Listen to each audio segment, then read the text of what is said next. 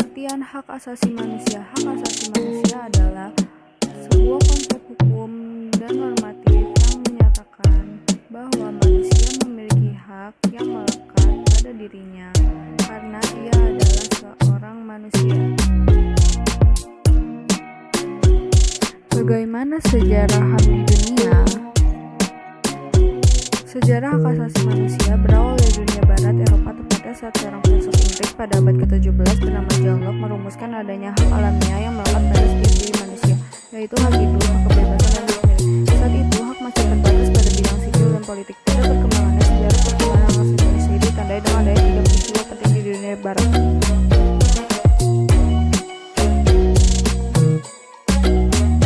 Macam-macam pelanggaran HAM. 1. Hak asasi pribadi. 2. Hak asasi politik. 3. Hak asasi ekonomi. 4. Hak asasi peradilan. 5. Hak asasi sosial budaya. Undang-Undang tentang HAM. Pasal 28A mengatur tentang hak hidup. Pasal 28B mengatur tentang hak berkeluarga. Pasal 28C mengatur tentang hak memperoleh pendidikan. Pasal 28G mengatur tentang kesejahteraan dan jaminan sosial. Pasal 28E mengatur tentang kebebasan beragama. Kasus pelanggaran HAM di Indonesia. 6 orang jenderal dan seorang perwira tewas dibunuh dalam peristiwa 30 September 1965. Pemerintahan Orde Baru kemudian menuding Partai Komunis Indonesia (PKI) sebagai dalangnya. Ratusan ribu dan jutaan jiwa melayang akibat efek dari malam berdarah itu. Yang kedua, kasus Petrus tahun 1982-1985. Penembakan misterius atau Petrus adalah operasi celurit, operasi rahasia pada zaman Orde Baru dengan dalih mengatasi tingkat kejahatan yang tinggi. Operasi ini meliputi penangkapan dan pembunuhan terhadap ratusan orang yang dianggap mengganggu keamanan dan ketentraman masyarakat. Pelakunya tak jelas, tidak pernah tertangkap dan tak pernah diadili. Ketiga, tragedi Semanggi dan kerusuhan Mei 1998. Pada tanggal 13 Mei sampai 15 Mei 1998 terjadi kerusuhan masif yang diawali oleh kondisi krisis finansial Asia yang makin memburuk, serta dipicu oleh tewasnya 4 mahasiswa Universitas Trisakti yang tertembak dalam demonstrasi pada tanggal 12 Mei 1998.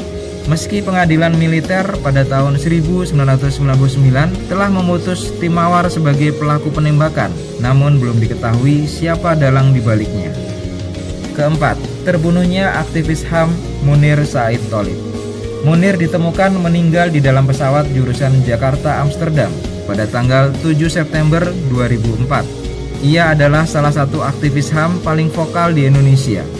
Namanya melambung sebagai seorang pejuang bagi orang-orang hilang yang diculik pada masa Orde Baru. Hingga kini kasus kematiannya baru mengadili pilot maskapai Garuda, Polikarpus Budihari Prianto, yang mendapat vonis hukuman 14 tahun penjara karena terbukti berperan sebagai pelaku yang meracuni Munir dalam penerbangan. Namun banyak yang meyakini Poli bukanlah otak pembunuhannya.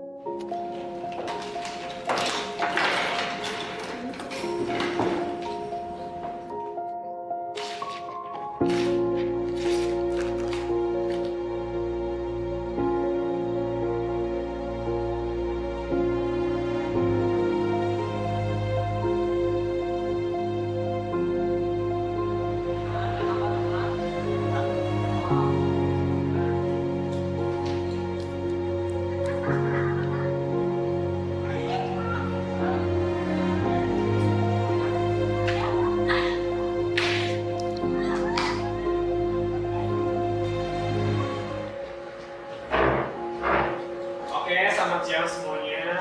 Sampai ketemu besok lagi pelajaran hari ini. Ya. Jadi ya, pulangnya jam besok. Ya.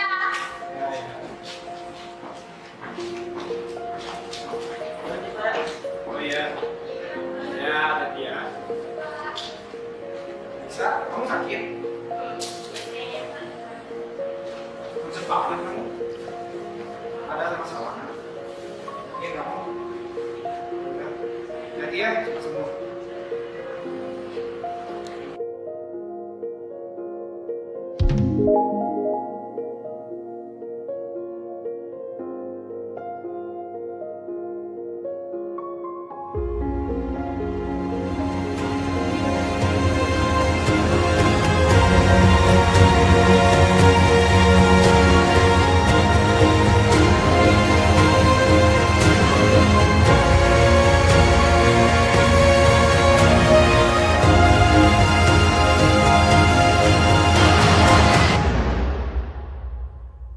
Kamu tuh boleh ngelakuin hal itu.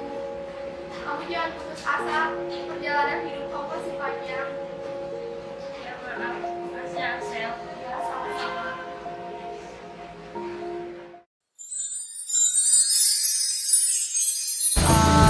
Trauma, gak bisa tidur, blank pikirannya kemana-mana. Kalau saya langsung melapor sih, langsung melapor ke pihak yang berwajib, biar langsung diurus. Ya berwajib pastinya harus tegas dalam hukum-hukum yang ada di Indonesia yang berlaku. Apalagi yang memiliki kedudukan yang lebih tinggi itu, walaupun nggak peduli kita kedudukannya apa aja, kita harus mempertegas hukum itu. Ya, pertamanya saya tuh takut dan trauma. Tapi kan saya tidak berani lapor. Saya karena itu takut karena diancam sama si bully. Pertama melapor ke orang tua agar dikasih solusi sama orang tua. Tetapi ya itu orang tua memberi solusinya ya sekedar biasa saja, tidak memberi solusi yang bagus itu. Tapi ya saya berusaha ya untuk belajar, untuk menjalani dan ya menjalani kehidupan ini. Pernah nggak dapat kasus bullying kayak gitu? Pernah waktu dulu SMP saya pernah dapat bullying ya, karena saya itu ya ini pendek gendut. Nah, Tapi apa yang dilakuin? ya pertamanya saya sakit hati, tapi saya ya tetap berusaha tegar dan itu lapor sama orang tua dengan kasus ini dan lapor sama guru. Tetapi ya itu jawabannya cuman ya udah biarin saja. Yang penting nggak sampai ke fisik ya. Ya stop bullying ya, jangan jangan bully gitu ya.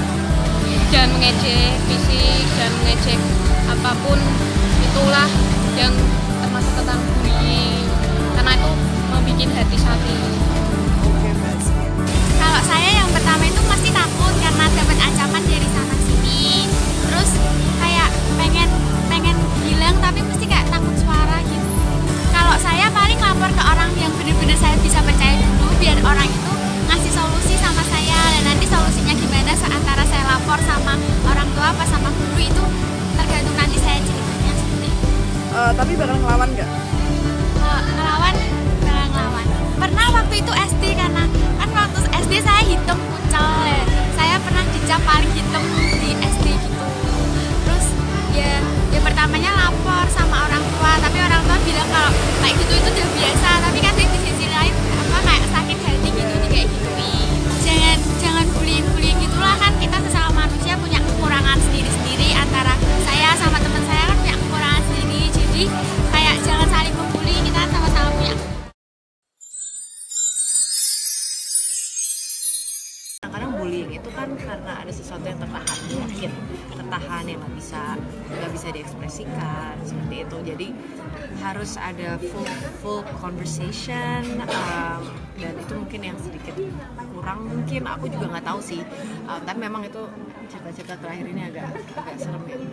Tapi menurut aku salah satu caranya itu sih. Jadi mungkin juga membangun suasana di kelas di mana guru dan murid juga merasa memiliki kepercayaan untuk sharing apapun gitu ya, antar murid juga. Jadi itu lingkungannya dibangun dari situ, dan pendidikan karakter juga. Mungkin itu sih. sih kalau menurut aku. Jadi justru menurut aku solusinya justru lebih lagi ke pendidikan, tapi pendidikan kan nggak selalu akademis ya. Menurut aku nih di kasus ini mungkin pendidikan moral, mungkin ini balik lagi ke di rumah juga, pendidikan di rumah. Aku nggak tahu pendidikan di rumah, terus juga lingkungan sekolah seperti apa sih, budaya di sekolah tuh seperti apa sih gitu. Karena menurut aku sih budaya di sekolah tuh sangat penting. Waktu aku sekolah dulu budayanya adalah kayak apa ya, budaya itu tuh bener-bener kekeluargaan banget, terus kayak semua orang apa ya, tukeran, saling bantu kalau misalnya PR atau apa gitu. Jadi kayak budaya kayak gitu tuh yang Sama banget ya. jadi itu sesuatu yang bisa kita lakukan. Mungkin bisa guru-guru atau pihak-pihak manajemen sekolah mungkin bisa work on gitu.